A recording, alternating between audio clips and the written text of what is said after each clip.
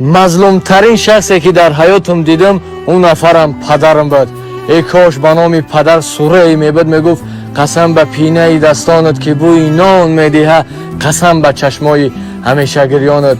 Эй падарҷон, хоки поят мешавам, вақти пирӣ ма асоят мешавам, бо ҳама дору надори зиндагӣ рӯи ҳавли кафши поят мешавам. Он қадар зарбаҳоро таҳаммул мекард ки намехост ки оилаш эҳсоси бадбахтӣ бикаша. Аввалин қаҳрамони ҳар як писар падарай, аввалин ишқи ҳар як духтар падарай.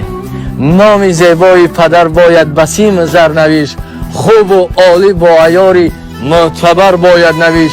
баракати нону намак аз ҳиммати волои ӯст. инчунин бояд бигум номаш тоҷи сарнавиш. ба саломатии ҳамаи падарои рӯи дунё.